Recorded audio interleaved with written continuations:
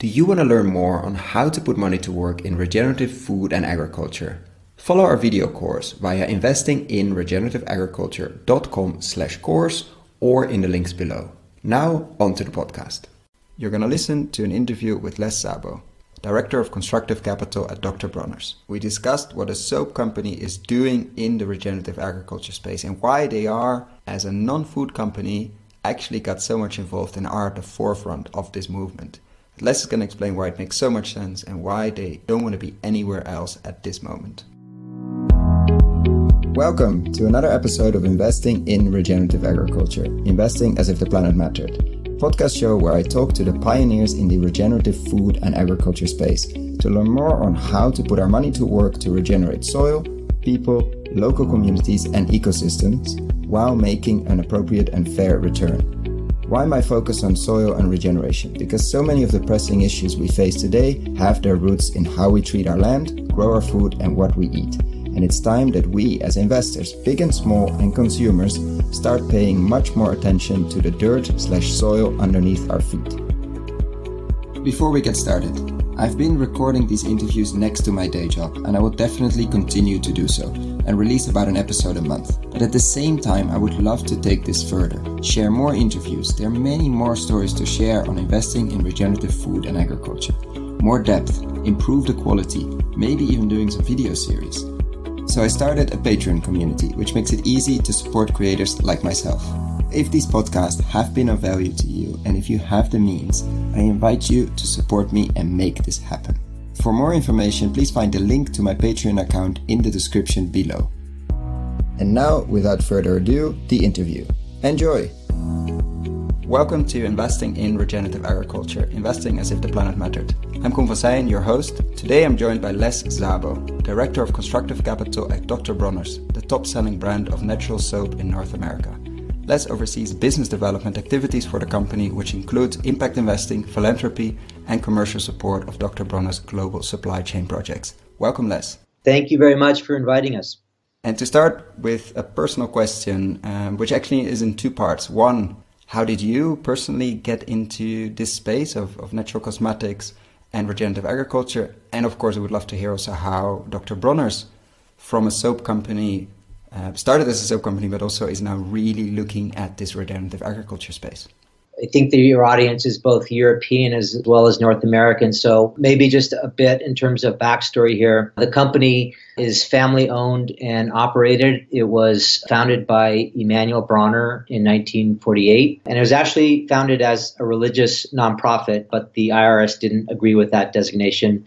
So we paid a huge amount in back taxes and eventually became a corporation. And now we're a registered benefit corporation, but still with a very strong social mission. And the company is today run by Emanuel's grandsons, David and Mike Bronner. And they still take their role as stewards of their grandfather's vision very seriously. And the company is as mission driven as when it was first founded.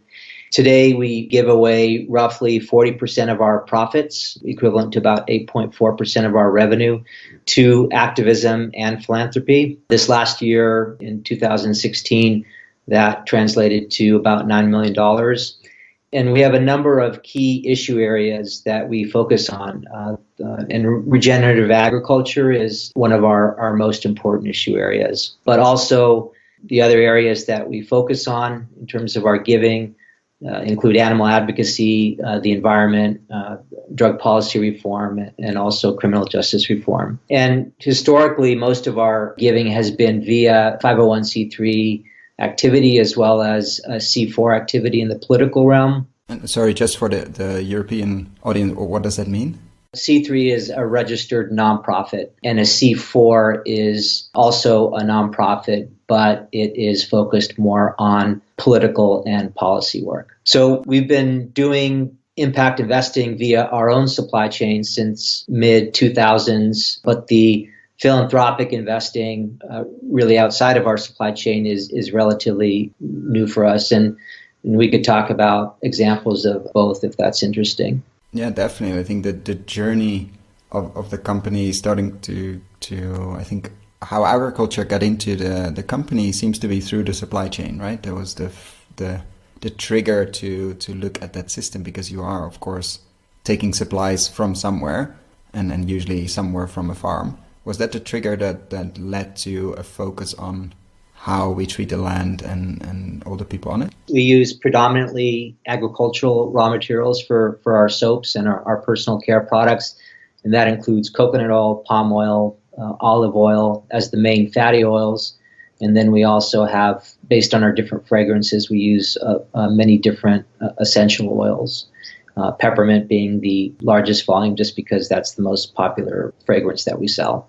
In terms of the interest in regenerative ag and how that developed, yes, for sure it was triggered by the kind of supply chain issues and the fact that even though we're a personal care company, we do have this agricultural supply chain. It's important to mention that really the company sees regenerative ag as a potential solution for a number of these issue areas that we've been involved in for many years. So in addition to the environmental issues, we've been involved in animal welfare, fair labor, fair trade, rural economic development, and public health. And historically, these have been very distinct movements. And for the first time, we see this sort of confluence around regenerative agriculture as a potential solution for many of these larger societal problems. Sort of umbrella or the underlying root system underneath it, yeah. It may be useful to just mention our own definition of regenerative ag, since there's quite a few that are floating around these days. For us, it's obviously about sequestering carbon and into the soil and reversing climate change. But it's also about providing economic stability for farmers, ranchers, farm workers, and then also critical is the animal welfare component. And then just in general, it's really about creating these more resilient ecosystems and communities. So whether it's an investment in our own supply chain or it's more of a philanthropic investment, we're really looking at things from that community perspective and trying to incorporate all of those different elements and living systems, whether it's, the farm or the community or the soil, really the entire macro picture on what's going on in terms of that agro ecosystem. Which is something that really fits you as a company, I think, from what I read, the beginning of the company and the level of consciousness you have. It's almost impossible not to do it as a holistic or as an ecosystem approach. Dr Bronner was a real pioneer in that sense. The company has a term called constructive capitalism, which is where we give back to the people and the earth that help us make that profit. And that sort of philosophy was there from the company's origin. And back in the 50s, the DuPont mantra was better living through chemistry. And back then, the formulations were all about natural ingredients. And now everything has pretty much come full circle. And the pioneering work that he did back in the 50s and 60s seems to have caught on in more of a mass market way. Not only the product, but obviously the consciousness and what that means and how you run a business. Yeah, you were definitely very, very early, but it seems to be that you're on surfing the right wave. You're definitely at the front of this movement and are capturing a lot of that energy and a lot of the direction, actually shaping it as well. And I don't know if you were part of the company. I don't think you were, but do you know or do you remember the first time that you really stepped into investing in your supply chain, that you went from just taking the resources from a partner farm or a partner to actually becoming a proper partner and co-investing or investing with an agriculture partner to shape up that company and make some steps in hopefully a regenerative way? In terms of regenerative ag investing, the supply chain obviously is where your sphere of influence is greatest. And that was our starting point. And in our supply chain, we use roughly 5,000 metric tons of these raw materials a year, these agricultural raw materials. And the first step was really in 2003 when the company decided to go certified organic for all the major raw materials. Was there a trigger for that, or what was the decision? Was there something that triggered that, or was it a process that was obvious to go at some point? And 2003 was the year to do it. Well, it was more about growing these raw materials without polluting the earth or poisoning farmers and farm workers. when you look at the level of pesticides and herbicides and synthetic inputs, I mean, it was environmental, obviously, but for us, it was also very much a social issue in that how these synthetics were impacting farmers and farm workers. Even with the organic certification, we realized that that didn't give us enough transparency into our supply chain and the social and economic conditions of our producers. And organic certification really does not have any substantive social criteria attached to it. So technically, a product could be certified organic and it could be made using some type of forced labor. So for us, the next level would be to figure out how we can increase this transparency and work directly with farmers on the ground and understand those conditions that they're operating in. So about 2007 is when we made the commitment to go fair trade. And back in that time when we made the commitment to go fair trade, there were no sources of organic fair trade coconut oil and palm oil. So essentially, we built these projects ourselves. You were forced to be the impact investor there. We were forced to, exactly. And it wasn't any sort of grand design to be vertically integrated. That wasn't really the intention. No, you just needed good raw materials and you wanted to be sure that the value chain was clean as possible. So you had to create it yourself. Exactly. The first project was in Sri Lanka, and it grew out of a tsunami relief project. And the gentleman who launched that project, his name is Gero Lazan, and he's now our director of special operations. And he built that project from the ground up, and he is and also built our project in Ghana from the ground up. And today he oversees all of our major supply chain projects. But that project in Sri Lanka is currently 1,100 farmers and 18,000 acres of certified organic land. And the mill staff is around 300 people. So we're producing about 2,000 metric tons a year. And that entity by itself is doing roughly 10 million in sales. So we buy from the project, but there's also other like-minded brands that very much understand what's going on there on the ground and the community impact that we've had that buy from that operation as well. And are you? I will definitely share the video there, which is on YouTube, in the description of the podcast, because it's truly amazing. I mean, your description is already interesting, but I think if you see the video of it and the impact that the tsunami had, and now what grew out of that as a company is truly impressive. What's your relationship with the company? Are you an investor? Are you partly owner? Or are you just, between brackets, have a supply relationship now with them? We're an owner of the company. So there's 3 projects that we own and operate ourselves. Serendipole, the project in Sri Lanka, is one. The second is the project in Ghana, which is palm oil. And then we just launched a joint venture in Samoa to produce the cosmetics-grade coconut oil. This is a joint venture with a local company. Oh, wow. Okay, so you really got involved and set it up and are still running it basically as a separate entity. They're wholly owned subsidiary. Well, the joint venture obviously is. Yeah, obviously not. But the other 2 entities are majority owned by Dr Bronner's, and it's a sister company. That's a sort of holding company for all of our supply chain projects. It's called Surrender World. So these projects sit under that entity. And yet when you dove into your supply chain and started to really clean it up and started to even, in this case, also supply to others, which of course gets your impact, amplifies your impact quite a lot. And yet you decided to focus even more on agriculture and even to look beyond cosmetics and start to push the boundaries of food, of the food sector as well. What triggered that, and how much of a push are we going to see Dr Bronner Food at some point, or what's going to be your role in that food space instead of just the cosmetic space, which is of course huge, but still a part of a much bigger system? Yeah, well, the project in Sri Lanka is producing a food-grade coconut oil. So originally, that project, the idea was to provide a primary source for our cosmetics grade oil because the coconut oil is the primary ingredient in our soaps.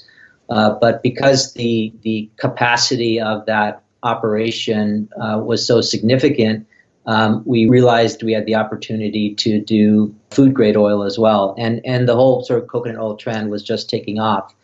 So we already are in the food space, and we are, there is a possibility that we could do other food products. That's a sort of ongoing internal conversation about which direction our new product development is going to head.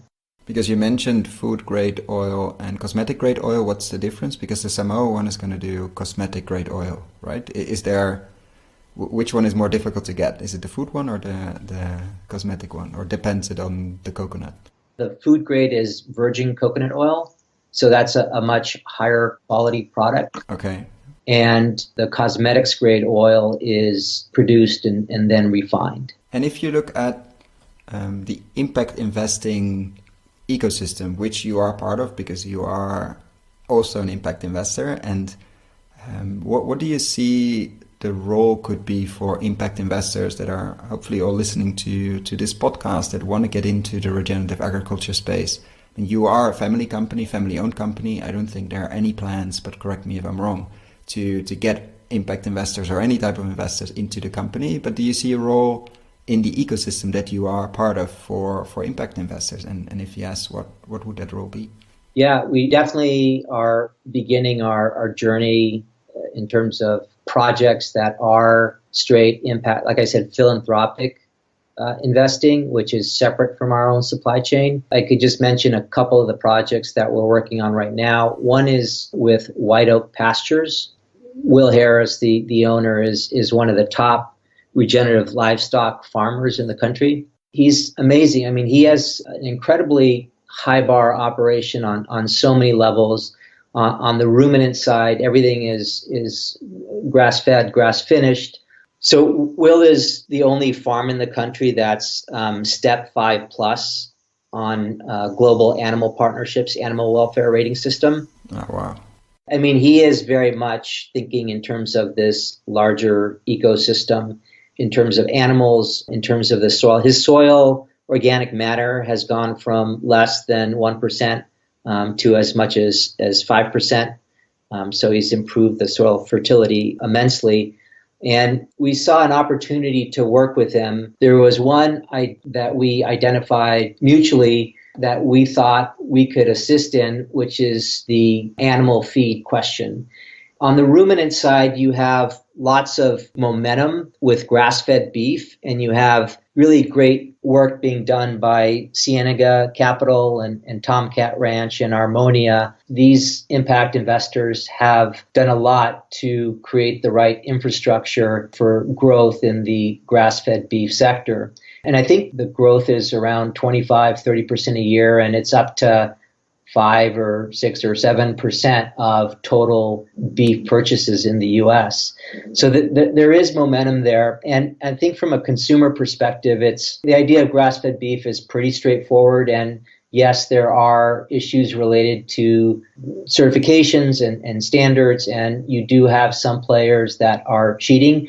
But for the ruminant side, most people understand what they're getting when they purchase a grass-fed beef or meat product. Where we see a larger challenge is on the monogastric side. So that's with the pigs and the chickens. And when you think about pastured poultry, from a consumer perspective, you're assuming, or sort of the implication is that that chicken is eating grass and bugs, eating off the land, which is actually not the case. And both in terms of chicken as well as pigs, those animals' diets are 80+% supplemental feed. And if that feed is coming off farm and it's coming from soy corn monocultures, we didn't fix anything, basically. Exactly. I mean, if you look from that sort of broader macro perspective, then that is the farthest thing from being regenerative.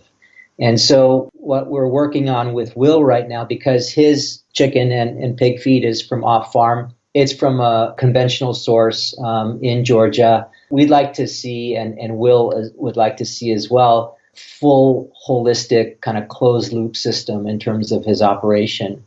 And so we are helping him finance the purchase of a large parcel of land adjacent to his property that's going to allow him to grow his own grains and produce his own feed. And so, and that is that also where the feed mill comes in? Exactly. You would have his own feed mill, and he would then be producing regenerative organic feed for his animals.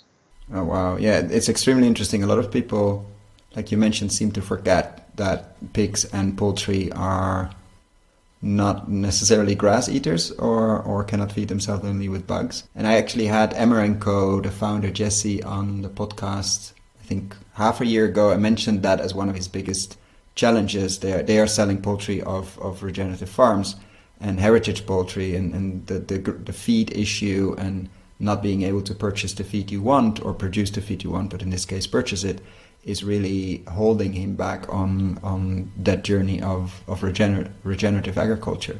So it seems a huge missing. And so when you have helped him purchase that land and also get that feed mill up and running, what would be the next step? Is there a bigger role for you to play in the feed mill discussion in the US? I should also mention another project that we're working on with a new venture called Regenerative Organic Feed Company. This is a team of folks that formerly worked with Coyote Creek Ranch in Texas. And Cameron Mulberg, who is the principal there, is really an incredible feed formulator. And Cameron and his partners are looking to establish regional feed mills across the country.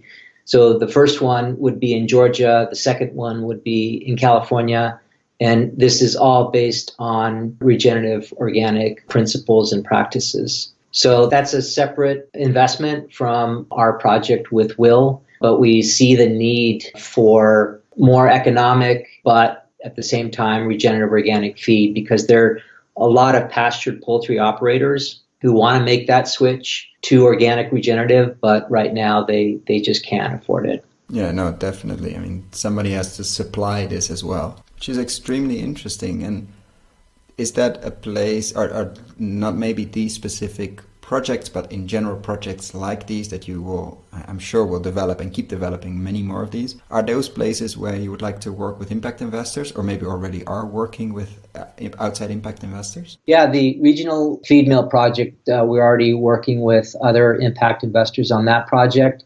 Another one would be, we have been working with Patagonia and Rodale Institute, and actually Will Harris as well, on a project to launch a regenerative organic standard. Yeah. And that is taking kind of organics as a baseline and layering on top of that regenerative practices, again, based on this larger agro-ecosystem thinking, also incorporating animal welfare as well as farmer and farm worker fairness issues. So it's thinking about how these issues can be really addressed in one certification. We know that certification is, it's very much an aspirational standard, and we, along with Patagonia, probably will not meet the sort of gold level standard out of the gate. It's a goal, yeah. It was important to just put out there because there are so many players now that are using regenerative in many different ways, and we think that it's important to provide our definition of what it is and provide the specific practices and the specific metrics and the specific outputs that really would define regenerative organic agriculture. Timing wise, we see, you've heard the term eco-label fatigue, where consumers just... Or label fatigue in general, yeah. Yeah, there's just too many certs and labels out there right now. And because consumers really don't think in terms of just one issue area, it's not like they're interested in fair trade, but they're not interested in organics, or they're interested in animal advocacy, but they're not interested in the environment. It's all, I think most consumers are interested in purchasing products from companies that are doing the right thing on all those levels. But having said that, the standard is only one piece of the puzzle for farmers and ranchers. And so we're working with Patagonia right now to establish financing vehicle that would support and assist farmers that want to adopt the standard and want to move to regenerative organic operation. I mean, it's obviously very much situational in terms of what that farm needs. It could be a working capital issue, it could be equipment financing, or it could be a land issue. Like the example of white oaks. Yeah, exactly. This is in the works right now, but we are looking to establish a fund that would support farm operations. And would it be open to others, to other investors as well? Yeah, definitely. Super interesting. We'll take the first step in terms of organizing this. I think we'll be playing a sort of GP role here, but we're very interested in connecting with other impact investors that see potential here. It's interesting how two privately owned companies or family companies like yourself and Patagonia are really pushing the boundaries, and both of them are not from the food sector originally. Of course, you are active in it because you set up this project in Sri Lanka and now getting really active in it, and Patagonia has its food products and also the fund. But originally it wasn't the original product, but you're becoming the two that are pushing the boundaries there. It's fascinating. Yeah, that's a good point, and a few people have pointed that out to us, so kind of interesting. Do you get any pushback from customers that say, why are you pushing so hard on the animal agriculture piece? I'm vegan and I'm buying the soap. Or from internally as well, pushback on this agriculture focus, like stick to the soap and clean it up as much as possible, or is that generally is everybody on board with that broader focus that you have now? We see allies there. We see a connection forged between those folks that even if they are vegans, they want to work more closely with the people that are involved with animal agriculture in a broader sense. So, for example, Will Harris, Will works very closely with Compassion in World Farming, and whose director is a vegan as well. And you just have very unlikely allies here, but it's becoming the norm, I think, that these different organizations coming from very different movements are seeing the importance of linking their efforts and teaming up to cause significant change. And 99% of meat in the US is still produced by CAFOs and industrial ag. So we can argue on the fringes about veganism versus a more humane regeneritarian diet, but the point is that the common enemy here and the common challenge is to really eliminate CAFOs and industrial ag in general. CAFOs being factory farms, right? That's correct. Yeah, I see that this, like you said, the discussion on the fringes is about that 1% of grass-fed, and of course there needs to be a huge push to make that regenerative, and at the same time reducing our meat intake and dairy intake significantly. But we cannot deny that the main enemy, quote unquote, is the animal factory farming system, both here in Europe as well in the US. I think there are some differences, but in the end, the majority or a high 90% comes out of that system and has run its course, has run in so many issues, apart from even the animal welfare part, which is hugely important, but just the environmental part and the social part of the factory workers and the animal and the farm workers already makes it the highest target basically on the list of agriculture change. And I can see that now. I can see it with investors I talk to. There, the people in the UK, Gemery Collar Foundation, who are really showing just from an investor point of view the risks you're running if you're exposed to that. And the scandals that are just coming one after the other, and we haven't seen the end of that. So it's very nice to see that these unlikely allies are getting together and focusing their energy and their significant energy and time on taking on the real beast in the room.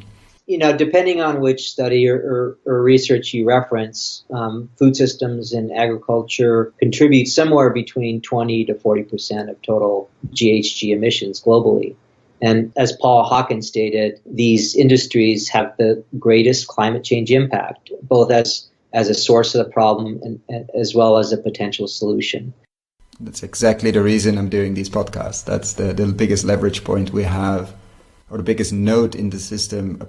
I mean, of course, we have to change all our energy to renewable, etc., but we also have to draw down, like Paul Hawkins is saying. And the biggest node we have, the biggest acupuncture point, is agriculture and how we use land. And we've been misusing that or mistreating that, I would say, for way too long.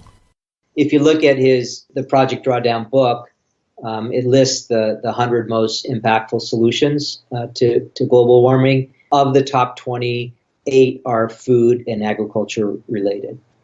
And the other one is education of girls in Africa, yeah. Which we're doing. Yeah, no, I mean, probably you're doing all 10. No, fascinating. And to ask a personal question, how did you get to Dr. Bronner and get into the regenerative agriculture space?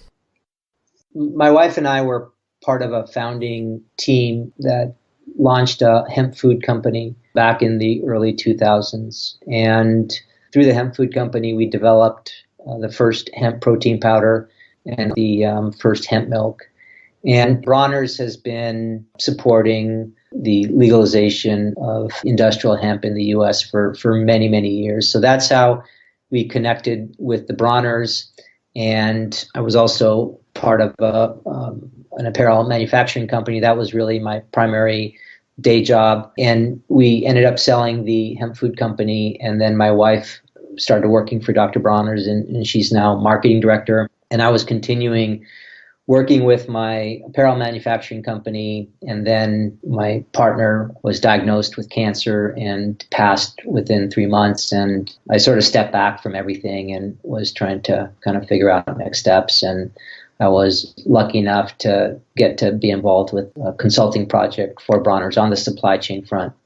One thing led to another. Now I've been full-time with Bronner's for almost 5 years. And in terms of the impact investing piece, that's something, like I said, is relatively new for Bronner's and something that I've been advocating for, just because in addition to that, you know, the nonprofit work and the policy advocacy work, I definitely see impact investing as another tool in the arsenal. And so, and of all the different issue areas, the most logical place to start that type of impact investing is really within that agricultural space, because you have lots of opportunities with companies that are looking to make change. It's a little bit easier with agriculture than it is in drug policy reform or criminal justice reform. I can imagine, yeah. You cannot do too much than divest from prisons, yeah, in terms of investing. Yeah.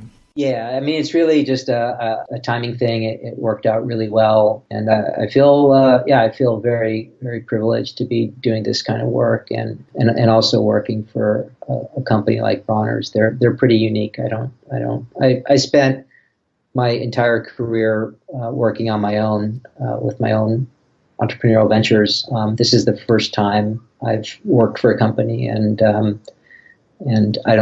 I couldn't see myself working for any other company. So it's. I think you picked a very special one. Yeah. So I want to be conscious of your time. To end this podcast, I would like to ask a question. So let's imagine there's a full room of smart impact investors listening to this podcast that are interested, ready to get into regenerative agriculture. And I imagine maybe you can speak a bit more on the US side, but also maybe a bit general. Where should they start? What should they look out for? What would be your, of course, not investment advice, but your advice in general for investors that want to get into this space? I was just at a regenerative economy conference last week in Northern California, and I met a gentleman by the name of Spencer Beebe, and he's the founder of EcoTrust, which is based here in Portland, Oregon.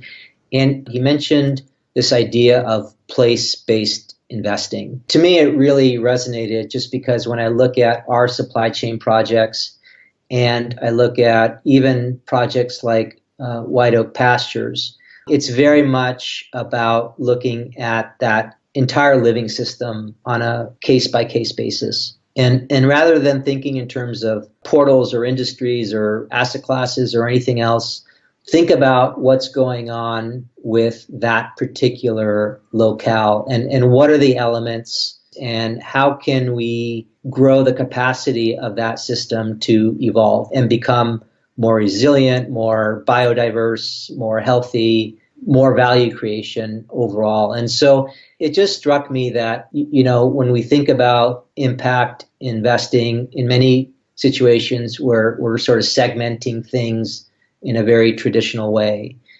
And maybe sort of rather than kind of maximization or optimization for one element or one species or one metric or one commodity, we think about the impact of the entire system evolving and improving. That to me is a really kind of powerful way of thinking about impact investing within the regen ag space. Obviously, this wouldn't necessarily apply for all other industries, but I think for regenerative ag investing, it's a really powerful lens through which to think about things. It is really this sort of maximizing for a single variable. That's what has been at the heart of the problem with industrial ag here in the States. And when you do maximize for that single variable, that's when things get thrown out of balance. So when you think about a soy corn monoculture or CAFO or a fast food chain, everything is about maximizing yield or profitability or efficiency, and it becomes this race to the bottom because you're ignoring all of those other social and environmental externalities that you're creating. And eventually the system fails. I mean, it collapses. And I think that we're very close to that point with agriculture in the U.S. I think it was the FAO that just recently published research showing that we have only 60 harvests left if we continue to deplete the soil. Mine the soil, basically. At its current rate. And then we're done. I mean, there's no more soil-based agriculture. And it's, I think, partly due to this extraction mentality and unidirectional mentality that we've adopted with our agriculture. And looking at it in this more holistic way is, to me, a lot more powerful. And you have quite a few thinkers out there, John Fullerton and Carol Sanford, that are providing frameworks and models for how to think about a regenerative system. And I feel like we're well along on that path. And I mean, you just have different folks coming up with different metrics and different definitions. And we're really about creating case studies that work and demonstrate that, a certain type of agricultural system is viable commercially. And I think we've proven that with our own supply chain projects, but you also see it with Will and White Oak Pastures. So the way that he's impacted that community of less than 100 people, he's created 140 jobs. He's building housing for his employees. The average hourly employee makes, and these are hourly employees, not management employees, makes $36,000 a year when the average income in that county is $18,000 a year. And then what he's done in terms of animal welfare, I mean, for him, it's all about how these pieces work together. And I think that both he and certainly we very much are investing to be able to create systems or models that are replicatable. I mean, Will is such a high-profile rancher here or farmer in the U.S.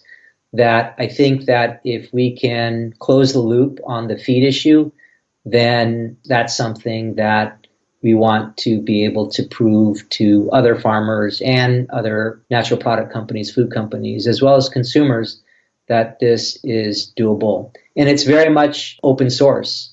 So there's nothing proprietary here.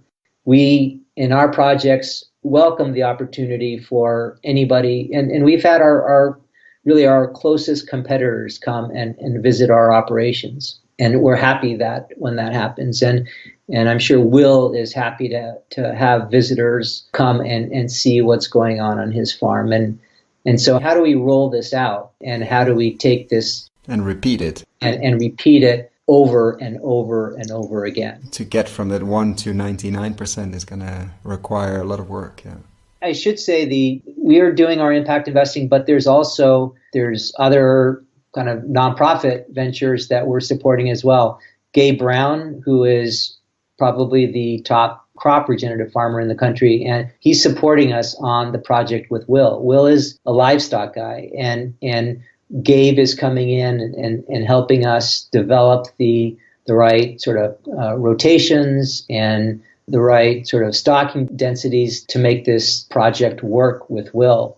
And Gabe just launched, along with 3 other partners, what's called the Soil Health Academy. And it's a nonprofit venture, and it's farmer-to-farmer training on regenerative practices and principles. And we're supporting that effort. He and his partners are going around the country doing trainings specifically for farmers, but also, corporations and nonprofits as well, on really kind of how-to practical advice in terms of adopting these principles. So, like I said, there's more than one lever to pull, and we have to fire on all cylinders at this point because we are in crisis mode. Definitely, no. I mean, the 60 harvests left means we have only a few years to get these systems up and running, because they take time, and it takes time to build up soil, and we definitely don't want to reach number 59 or 58, because that means we're out of time. To your question about where should impact investors start, if they're just trying to get a lay of the land of what is regenerative agriculture about, and what are sort of the main issues related to land management and soil fertility, there's a new book out by Josh Tickell called Kiss the Ground. And there's also a movie by the same name that's going to be launched sometime, I think, in Q1 of next year. The book itself is an excellent primer on these issues, and very well written and very accessible from a non-technical, non-farmer perspective. So I think people would really get a good basic understanding of the key issues involved with Regen Ag. And then there's another book by David Montgomery called Growing a Revolution. He's the next one to interview. I have lined up probably or next week or the week after. Yeah. Both of those are fantastic kind of intro lessons into Regen Ag. Perfect. Les, I don't want to take any more of your time. We've gone almost over the hour, but I want to thank you so much for sharing the stories, for the examples, for your lessons learned, your advice. And I'll definitely be checking in on the different projects you mentioned, but also on the projects that are to come in the future. Thank you so much. Yeah, thank you very much. Really enjoyed talking to you. You just listened to an interview with Les Szabo. I hope after this interview you understand why a soap company is so much involved in the regenerative agriculture space. Thank you for making the time to listen to this podcast and making it all the way till the end. I hope you enjoyed it as much as I did. If you found the Investing in Regenerative Agriculture and Food podcast valuable, there are a few simple ways you can use to support it. Number 1, rate and review the podcast on your podcast app. That's the best way for other listeners to find the podcast, and it only takes a few seconds. Number 2, share this podcast on social media or email it to your friends and colleagues.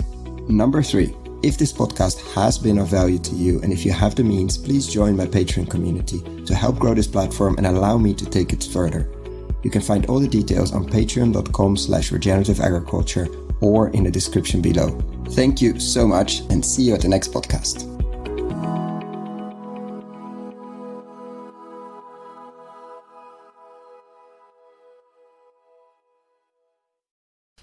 Dear friends of the podcast, I'm super excited to share with you the online video course Investing in Regenerative Agriculture and Food. How to put money to work in regenerating soils at scale and growing a lot of tasty food while doing it.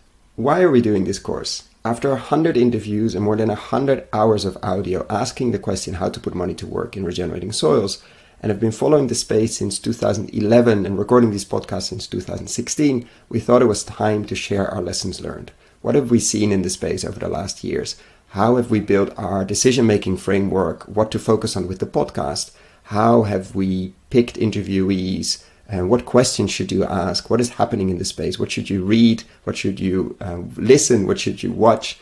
How to approach this space? For whom is this course? You, the soil builders and investors in this space. The soil builders, people working in this space, entrepreneurial farmers, fund managers, vehicle builders, crowd investing, platform builders, ag-tech companies, farm-to-gut food companies, permaculture, keyline designers, holistic management consultants, etc., etc. People that are building soil at scale. And the investors who are putting their own money to work through their family office or as private individuals, or people who are putting other people's money to work through foundations, institutional capital, banks, insurance companies, etc. Is this course free? No. This is pay what you think it's worth. Meaning, I have no way of knowing what this course will be worth to you. And I'm very aware that among the listeners of this podcast, we have people with very different means. So I'm inviting you, if this course is creating value to you, and if you have the means, to consider paying what you think it's worth. Thank you. So what is this course? It's currently a series of 17 videos, mostly ranging from 10 to 15 minutes, plus PDF slides, so you don't have to ride along. We're going to look into why invest in regenerative agriculture and why extractive agriculture is so risky, how to invest, what kind of frameworks you could and I think should build, what to invest in, what kind of co-investors you could find, or what kind of investors you could find if you're a soy builder. Every lesson will have a digging deeper part where I will share what kind of reports, what kind of interviews, what kind of videos you can look into if you want to dig deeper. We're going to look at nutrient density, landscape design, and a lot more. So what is it not? It's not a list of investable deals. Unfortunately, that doesn't exist in this world. We're really at the beginning of the regenerative agriculture and food revolution. It's also not investment advice. Before making any investment, please find professional investment advice. So get ready, get a cup of coffee, a cup of tea, or whatever you're drinking. Click on the link below, sign up, and I'm really looking forward to your feedback.